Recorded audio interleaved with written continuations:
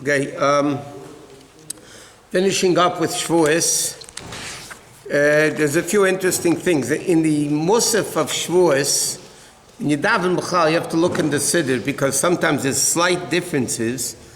In the Musaf of Yom Tif, we say, V'sor l'chaper, one goat to forgive. And Shavuos, because there was 2 se'irim brought, we say Ushnei Se'irim Lechaper. It's in the Musaf, you'll see in the Siddur, it says, if you follow the Siddur, it says Shavuos, you say Shnei Se'irim, there are 2 goats. Now, last time we finished about the first day Yizker, and then we were discussing that you can't do any preparations for the second night, for the second day of Yom Tif, before an hour after Lich Pension, or the same time Lich Pension was the night before. The second day of Yom Tif is brought down, the Rebbe brings down from the previous Rebbe that the Baal Shem Tov loved the second day of Shavuos. Why did the Baal Shem Tov like the second day of Shavuos? Because it's the first full 24-hour day after Matan Torah. Matan Torah was given Shavuos in the morning on the first day. See, the first day wasn't a complete day with Torah. So therefore he loved the second day of Shavuos because Shavuos, the second day of Shavuos is the total thing of Matan Torah. Another very interesting thing, we know that Shavuos is connected to 3 people. Moshe Rabbeinu, Torah, David HaMelech's Yartzeit, passed away Shavuos, and the Baal Shem Tov's Yartzeit. Baal Shem Tov also passed away on Shavuos. So there's a whole discussion in halacha, when did David HaMelech pass away? Because seemingly, one place it says, David meis ba'atzeres, David died on Shavuos. Another place it says, David HaMelech died on Shabbos. That's why we say, Tzidkoscha, at Mincha, Shabbos Mincha, because 3 great tzaddikim died. Moshe, Yosef, and David died Shabbos afternoon, Shabbos. So therefore we say that Tzidkoscha at Mincha time. But the obvious question is, one Gemara says David HaMelech died on Shabbos. Another Gemara says David HaMelech died on Shavuos.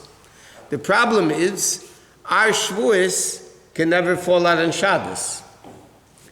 The way our calendar is set up, the first day of Shavuos can never be Shabbos. So the question is, how do you reconcile these 2 Gemaras, Yerushalmi and Bavli? One says he died Shavuos, and one says he died on Shabbos. So the Rebbe explains very simply, it's not a contradiction. Because that Shavuos cannot fall on Shabbos is according to our calendar. But when they didn't have the calendar, in David HaMelech's time they didn't have a calendar, they went on the testimony of the witnesses, so then Shabbos could be Shavuos also. It's according to our calendar, the way our calendar is set up, the first day of Shavuos can never be Shabbos.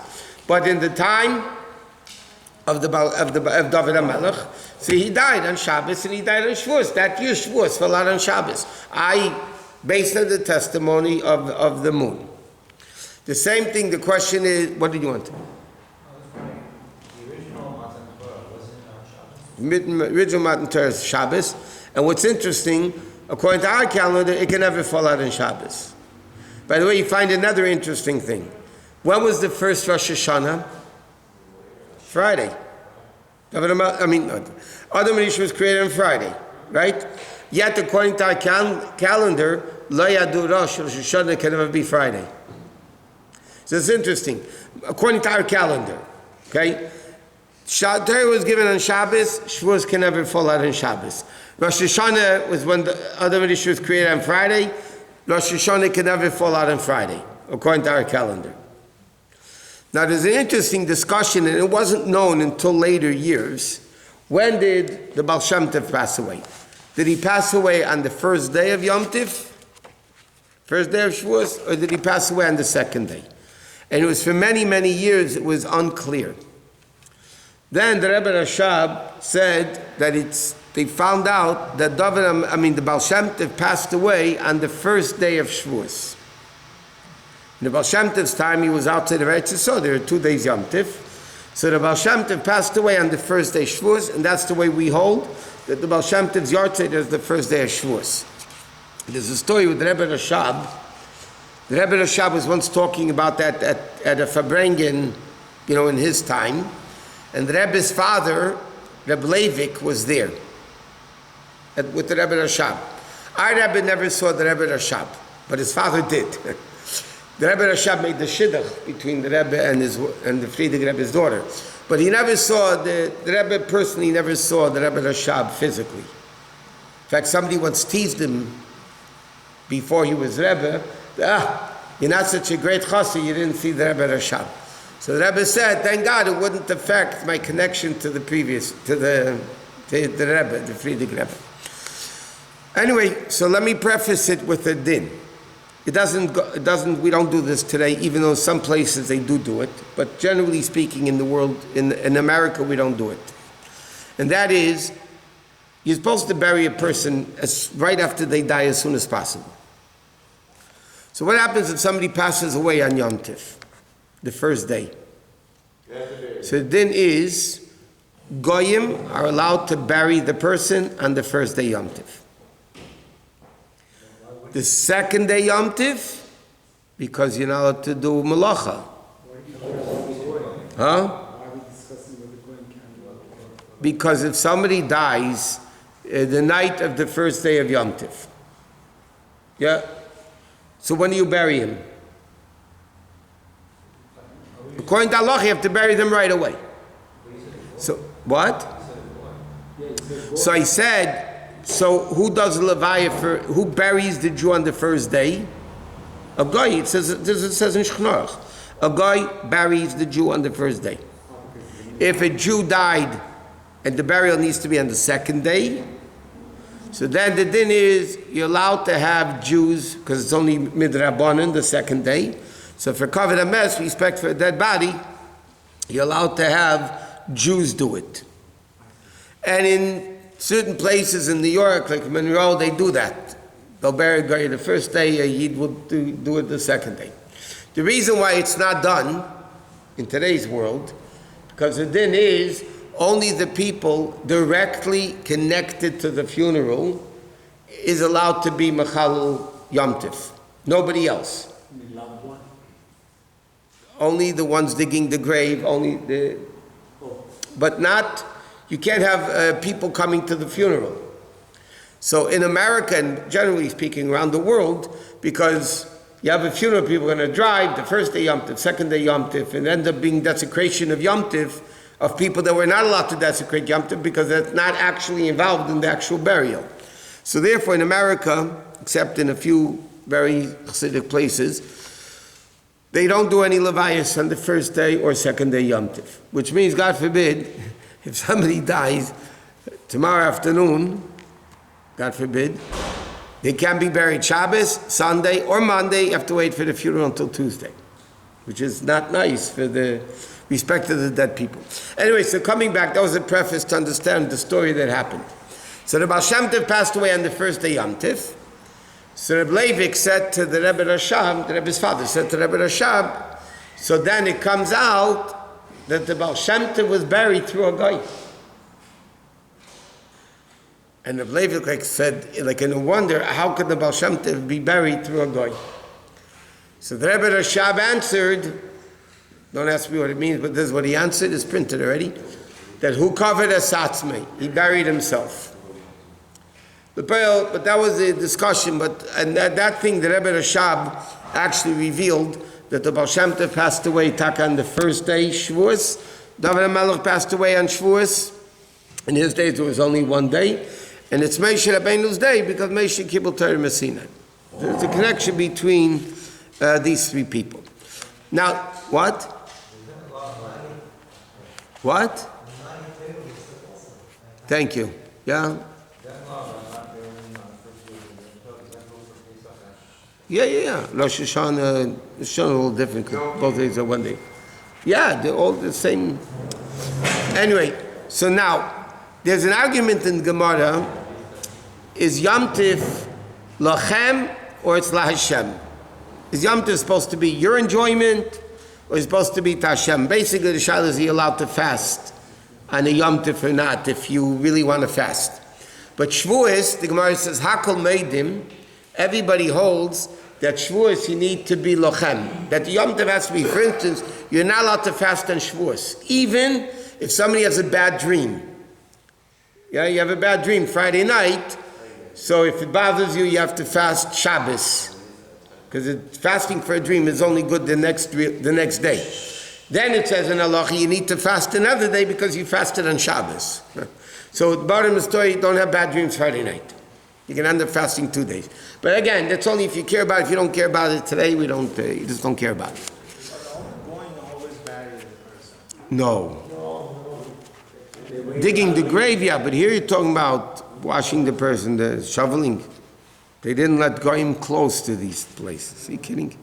In New York also, I mean, in the Frum cemeteries. Even here in the Frum cemeteries, the Goyim don't do any shoveling or anything. The Jews lower the body, the Jews cover it.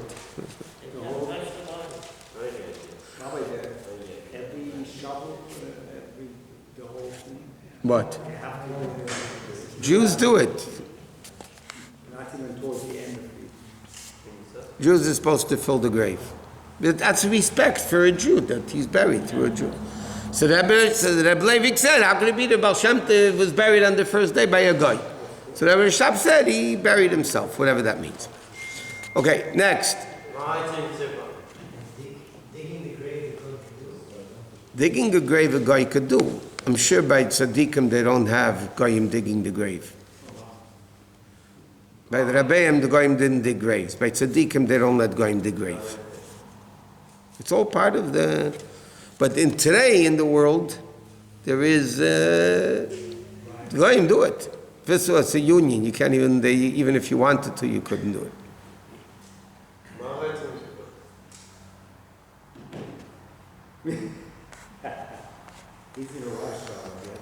Let him go. Okay. Now, the day after Shavuos, it's called Isru Chag. It's also called Yom Tevayach because they shechted the korban re'iyah. Like we learned, they brought 2 korbanos and Yom Tov. So Isru Chag is also forbidden to fast. Even a chosin and kala, if they get married the day after Shavuos, they also don't fast on the day of the wedding. But Shavuos, you're not allowed to fast. Isru Chag, you're not allowed to fast. And Isru Chag is actually a time you add more eating and drinking and more simcha and things like that. What? Are you allowed to play the drum on Shavuot or Mahat? Only banging your head. You can't play a drum. Don't tell Rabbi Pe'er. Yeah, tell Rabbi Pe'er that I told you this. Yeah, tell him. Okay, that's basically it. Okay, what else is there? I'm just looking what else is there in Shavuos because Shavuos doesn't have too many dinim like we said. What? We went to that. Huh? Was it on the video? It was on the Zoom. I know it was on the Zoom.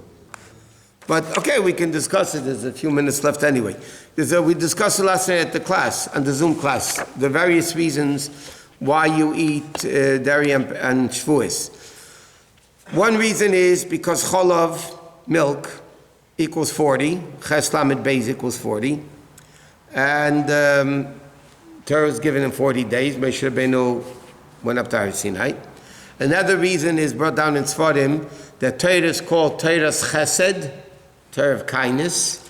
There's the pasuk we say in davening, Lahagid baboiker chazdecha v'munascha baleilis. Right? Lahagid baboiker chazdecha, to tell in the morning your kindness. So the word lahagid begins with a lamed, baboiker is with a beis, and chazdecha is a ches. So it's beis lamed ches, which is cholav, which equals, again, the word cholav. And Torah is chesed. Another reason why you eat milchiks is because Torah is Har Gavnunim. There's one in Tilim, one of the many names of Har Sinai. You have a lot of names in Torah and Chumash and Gemara and different places. There's Har Chorev and Har Sinai and Har Gavnunim. Gavnunim means cheese. So because it's Gavina, it's cheese. Har Sinai is called cheese. Eat cheese. Another reason why you eat cheese or milchiks and Pesach, well, there's 2 more reasons that the Rebbe brings them. Huh? You said I know. Last night, by the whole time I was saying, I'm assuming Pesach. I don't know why. My wife told me Shavuot. I know I'm thinking Pesach.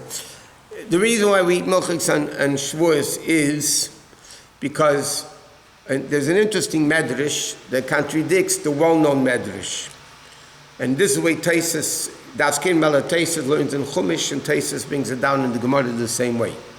When the angels came down to Avram Avinu to eat, to tell him, the three malachim, so the malachim, Avram Avinu made, he sent Yishmael to shecht 3 calves, and then he made chema v'cholav, uben abakar ashirasa. So he gave him meat, milk, and butter, and the animal that he gave him. So simply he gave him meat and milk together. So Rashi answers in the Chumash, first he gave him the milk, and then they ate the meat, so he didn't have to wait the 6 hours. But Taisus learns that Taka the Malachim ate meat and milk. And when the Moshe Rabbeinu went up on Har Sinai, and the Malachim said, give us the Torah, so one of the answers that the Gemara doesn't say, but Moshe Rabbeinu said to them, how do you want Torah? You guys ate meat and milk. You can't get Torah, you guys ate meat and milk by Avram Avinu. So, and the Rebbe through this, by the way, disagrees with a lot of opinions. There are opinions that hold, you don't have to be so careful with the meat and milk, waiting the times and everything, because Shavuot is a holy day. And the Rebbe said, no, on the contrary, you have to be more careful in kashrus. Well, we're basically saying to the Malachim, we Jews keep Torah. We keep milk and meat, and it's separate, not like you guys ate it together. So according to that, you have to be more careful. So that's why we want to show on Shavuos we eat milk and meat, not like the Malachim that ate them together. But the last reason the Rebbe says is because Torah was given on Shabbos. Okay? Now, there's a machlekes in Gemara, in the Medrash, not in the Gemara, in Medrash, there's a machlekes, did the Jews, the Eden in Mitzrayim and in the Midbar, did they keep Torah or not? Until Matan Torah. So machlekes Rabbi Yehuda and Nechemiah, who the Shvatim married, it's a lot of discussion in a lot of places. But even if they did keep Torah, now Avram, Yitzchak, and Yaakov, according to most people, there's a Daskei Malteis that says they didn't keep Torah based on the Malachim, but most people say Avram, Yitzchak, and Yaakov kept the whole Torah. The Shvatim, we don't know. But even if they did, they still didn't have a din of a Jew until the Torah was given. When Torah was given, there was the mass conversion of the entire Jewish people. That's what happened by Matan Torah, the mass gerus of the entire nation. So therefore, they became Jews on Shabbos. Yes? So now the shechita that they had before Shabbos, that was goyish shechita. So they couldn't use that for Shabbos. Shabbos, you're not allowed to shecht. So what did they have to eat? The only thing they was able to eat was dairy. So they ate dairy on the first day of Shavuot. What? What does that have to do with eating milchiks and Pesach? On Pesach. Haircuts you could take tonight. What? Haircuts you could take tonight after Ma'ariv. Even according to our custom.